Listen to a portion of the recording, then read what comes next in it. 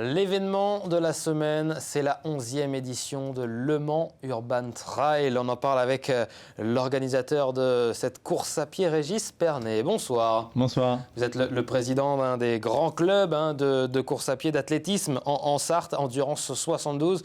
Et vous organisez donc cette 11e édition. On voit ici l'affiche de l'Urban Trail du Mans, donc avec Décathlon, dimanche 23 mars. Donc c'est ce dimanche avec plusieurs courses au programme. Comment elle s'annonce, cette 11e édition ? Elle s'annonce plutôt bien, puisque on ne fait pas exception. Donc les dossards se prennent au fur et à mesure. On a la course du 9 km, donc qui est un peu la course intermédiaire, est complète déjà depuis une semaine, une dizaine de jours. Complète, ça veut dire combien de participants ? 300 participants. Et puis le 19 km, il reste une vingtaine de dossards. Donc je pense qu'on sera complet aussi dès le milieu de semaine. Et puis il reste encore de la place sur une centaine de dossards sur le 6 km, plus accessible. Donc non, c'est plutôt une belle réussite. Et cette année, on a créé aussi le relais mixte, donc 2 fois la boucle du 9 km, avec obligatoirement un homme et une femme. Donc qui prend tranquillement aussi. Donc voilà, ça va être une belle édition, un nouveau parcours. Donc voilà, c'est plutôt sympa. Qu'est-ce qui change dans ce parcours ? On va voir une image d'ailleurs. Alors je ne sais pas si du coup j'ai pris l'ancien parcours ou le nouveau. C'est ça, alors c'est pas efficace. Il y a beaucoup de lacets. Mais ce qui change, c'est qu'on va passer au sein de l'établissement Bellevue. Établissement scolaire Bellevue, donc avec le souterrain, les jardins de Bellevue, donc c'est plutôt sympa. Et puis également dans l'ensemble l'Absalette Saint-Vincent également. Donc en fait, par rapport aux autres années, on ne va plus sur Sargé et sur Coulennes, on reste exclusivement sur la ville du Mans et sur la cité Plantagenet, en fait, entre la rue de la Galère et le parc Bonjean. On recentralise un petit peu tout ça autour de la cité Plantagenet et on va jusqu'à Bellevue. Est-ce qu'on passe encore au lycée Montesquieu ? Oui, tout à fait. Et on passe bien évidemment toujours dans le lycée Montesquieu, là ça ne change pas. Les concurrents ont le loisir également de descendre l'escalier classé qui est au sein du lycée Montesquieu. Une course atypique, on va voir quelques images d'ailleurs des précédentes éditions tournées par Amoun Chamsoudine. On voit ce départ là, quel Louis Blanc. Oui. Une course forcément atypique pour les nombreux participants. On n'a pas souvent l'habitude de courir sur les pavés, de courir dans une cité historique médiévale comme la cité Plantagenet. On n'a pas aussi l'habitude de monter autant de marches. Tout à fait, c'est effectivement la question qui vient souvent, c'est combien il y a de dénivelé sur telle ou telle distance. Et en fait, ça ne se compte pas en dénivelé, puisque en fait, quand on a fait 100 ou 150 mètres de D+, sur les 19 km, c'est tout ce qu'il y aura. Par contre, c'est la répétition des marches, et c'est pas du tout pareil, puisqu'on a toujours tendance à vouloir courir. Donc il y a les marches, il y a les pavés, et il y a les descentes également. Donc non, c'est une course atypique qui, pour moi, met bien en valeur, je dirais, le patrimoine de la cité Plantagenet, et qui doit continuer à croître. Après, on ne pourra pas mettre 4000 coureurs au sein de la cité Plantagenet, mais je pense qu'il y a des choses intéressantes à faire. Vous dites, on pense qu'il faut courir dans les escaliers. Alors moi, je participe aux 18 km. Je n'ai jamais fait d'urban trail. Qu'est-ce que vous conseillez justement dans ces escaliers, dans ces marches ? Il faut baisser son rythme, augmenter son rythme ? Qu'est-ce qu'il faut faire ? Je pense qu'il faut baisser son rythme. Alors moi, je suis un mauvais exemple parce que je n'ai jamais fait. J'organise, mais je ne le fais pas. Vous avez fait des trails ? Mais je fais des trails, effectivement. Mais il faut... je pense que sur le 18, par exemple, il faut quand même ménager la monture sur la première boucle, parce que sinon, l'escalier, par exemple, des pentes Goron ou quoi que ce soit, arrivé en haut, on est un peu sous oxygène, donc il faut effectivement travailler le cardio et ménager la monture, ça c'est clair. On voit des images de l'an dernier ici avec notamment les deux premiers et le futur vainqueur Manuel Cormier du JA Montfort le Génois. Là. Je vais regarder moi s'il monte les marches 2 par 2 ou 1 par 1. 2 par 2, Manuel Cormier. Je me posais la question quand je suis allé repérer les marches. Est-ce que je vais partir sur une marche chacune ou 2 par 2 comme Manuel Cormier qui avait célébré sa victoire quel Louis Blanc donc l'année dernière. Il y a différentes courses donc au programme de ce Le Mans Urban Trail. Donc oui, il y a un 6 km, dans l'ordre, je dirais, de distance, il y a un 6 km, donc qui est quasiment le même parcours que l'année dernière sur le 6 km. On prend en compte les travaux qu'il y a en ce moment sur Le Mans. Ensuite, il y a le 9 km, donc qui là va effectivement dans l'Absalette et Bellevue, et puis le 19 km qui sont donc 2 boucles. Et donc le 19 c'est le relais, donc c'est la même chose.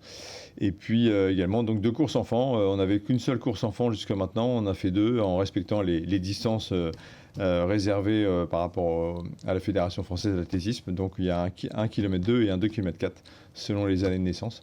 Donc, c'est gratuit en plus, il me semble, pour les enfants. Pour les enfants, oui, tout à fait. Il y a encore des places disponibles pour les enfants ou pas? Oui, on n'a pas limité. Aujourd'hui, au global, on a une 60aine d'enfants, donc c'est plutôt bien. Toujours des images sympathiques aussi. La course des enfants avant celle des grands. Oui. Au niveau des horaires, on sera en fin de matinée, je crois, pour le 18 km. Oui, alors pour ce qui lance les hostilités, c'est les enfants, à 12h55. Ensuite, à 13h15, on a le 6 km. Et ensuite, 13h30, on aura le 19. Et on finira par le 9 km à 15h, en fait. Avec donc plutôt à la mi-journée qu'en fin de matinée. Oui, tout à fait. Niveau des participants, vous nous annoncez être complet donc sur le 9 km. Oui. Il reste encore quelques places sur le 19, une vingtaine à peine. Ce sera peut-être plein à la fin de cette émission, on vous le souhaite. Les courses d'ailleurs en Sarthe font le plein en ce moment donc, dans notre département. À quoi c'est dû ? C'est compliqué, mais c'est vrai que c'est partout. Moi, j'étais sur Chartres hier pour un semi-marathon, c'est pareil, ils ont explosé les records.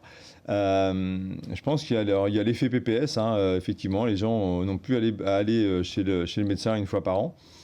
J'avoue que j'ai PPS, parcours prévention santé, n'a plus besoin d'aller chez le médecin pour demander à pouvoir avoir l'autorisation de participer à une course. On remplit un procédé, on lit les consignes de sécurité, de santé, on affirme que tout va bien et tout ça, et tout un tas d'autres choses. Sous l'égide de la Fédération française d'athlétisme. Et donc il y a ça. Donc, moi, je dirais que c'est peut-être ça valable 3 mois, alors qu'un certificat médical, quand on va voir son médecin une fois par an, c'est valable 1 an. Bon, je ne sais pas si c'est ça, mais apparemment c'est ça. Et puis depuis le Covid, les gens se sont vraiment mis à courir. Ouais. On en voit partout. On peut aller n'importe où, en France ou quoi que ce soit, partout où on voit toujours des gens courir. Donc beaucoup de non-licenciés qui se mettent. Donc c'est plutôt bien. Si les gens font du sport, c'est plutôt bien. Maintenant, il faut faire ça raisonnablement. Mais que tout le monde fasse du sport, oui, on peut que s'en féliciter. On ne peut pas s'en plaindre aujourd'hui. C'est vrai qu'on a l'habitude avec LMTV d'aller sur quelques cours justement pour participer, pour également retransmettre les résultats. On entend ici et là qu'il peut y avoir trop de participants. Endurance 72 ne s'en plaint pas, visiblement, du fait d'avoir trop de participants sur vos courses. Non, on va pas s'en plaindre à partir du moment où on limite en plus le nombre de dossards, donc de toute façon on ne peut pas aller plus. Je pense qu'il y a eu je sais qu'il y en a certains qui se sont plaints parce que en fait il y a des licenciés qui voulaient aller chercher des qualifications sur les France de 10 km ou semi-marathon, et quand ils s'y prenaient un peu tard, ils arrivaient, il n'y avait plus de dossards, pris par beaucoup de non-licenciés. Il faut que la fédération mette en place quelque chose pour favoriser les licenciés, non? Même pas? Alors aujourd'hui c'est déjà fait, nous on le fait, c'est un peu plus cher pour les non-licenciés que les licenciés. Après, les gens qui veulent aller chercher des qualifications sur des championnats de France, il faut qu'ils s'y prennent à l'avance. Et ça on peut ne pas être pour, mais moi je sais que ça fait très longtemps que sur les trails c'est comme ça et que le programme se fait à l'année et qu'on programme les courses. Mais effectivement, il faut être réactif sur les engagements, même si on investit un peu d'argent, effectivement. Mais voilà, je ne pense pas que la Fédé puisse faire autrement, ou alors de réserver des dossards pour les licenciés. Une 20%. Et puis de se dire qu'à la fin, on ouvre, s'il n'est pas pris, c'est éventuellement une possibilité. Mais pour moi, c'est la première année où il y a un engouement. On verra l'année prochaine si ça continue. Surfons sur cet engouement, c'est une chance avant tout, et il faut la saisir, évidemment. 11e édition de cette Urban Trail du Mans organisée par Endurance 72. Je sais que par le passé, vous étiez aidé aussi par une structure avec le STAPS, il me semble. L'année dernière, il y a eu 2 choses. La dernière, on était sous l'égide de l'Entente Sarthe Athlétisme, puisque nous étions au sein de l'Entente Sarthe, et moi j'avais apporté l'organisation de l'Urban Trail à l'Entente Sarthe pour apporter des fonds au grand club. Et puis, on avait été aidé par 6 étudiants de STAPS, enfin même pas de STAPS en licence, etc., qui avaient un projet, et dans le cadre de leur projet, ils m'avaient proposé d'organiser l'Urban Trail, sur quoi j'avais bien évidemment accepté. Et c'était très bien, parce que eux, ça leur a réussi, ils ont eu des bonnes appréciations, une bonne note, et nous, ça nous a soulagés. Donc c'était bien. Et pas cette année. Là, pas cette année, c'est vraiment interne, uniquement Endurance 112 qui a géré. On a dans les bénévoles, on a des bénévoles en dehors d'Endurance 112, de l'Entente Sarthe qui nous avait aidés l'année dernière. Il y en a certains qui sont revenus nous aider cette année. Ça représente combien de bénévoles d'ailleurs pour sécuriser et organiser cette Urban Trail du Mans 95 bénévoles. Oui, tout à fait. Alors, je souligne quand même le soutien de la ville du Mans pour la fermeture d'un certain nombre de rues. Mais la cité de Plantagenet n'est pas fermée, et c'est vrai qu'on met un accent bien particulier sur la sécurité des coureurs, la sécurité des piétons qui pourraient venir, et on veut véritablement mettre les coureurs dans les meilleures conditions. Avec de nombreux spectateurs qui sont attendus. C'est où le meilleur coin pour les spectateurs pour venir assister à la course ? Alors le lieu véritable de départ, le village, c'est quai Louis Blanc, bien évidemment. Ensuite, je pense qu'il y a les escaliers du tunnel. En haut, on peut bien voir, parce que c'est là où c'est large. Et la possibilité, après, il y a dans la grande rue aussi où on passe, il y a des petits passages où là c'est moins facile de voir. Mais voilà, sur tout le parcours, ça peut être sympa, et j'espère qu'il y aura du monde parce que c'est un bon moment. Et il y en aura, c'est sûr déjà, parce que vous faites votre record sur cette 11e édition de l'Urban Trail du Mans, et il reste encore quelques places disponibles sur le 19 km et sur le 6 km. Merci beaucoup Régis Pernet d'avoir été notre invité. Je rappelle que vous êtes le président d'Endurance 72, le club organisateur de cette Urban Trail du Mans. Nous, on se retrouve lundi prochain pour un nouveau numéro de 72 Sport. Salut.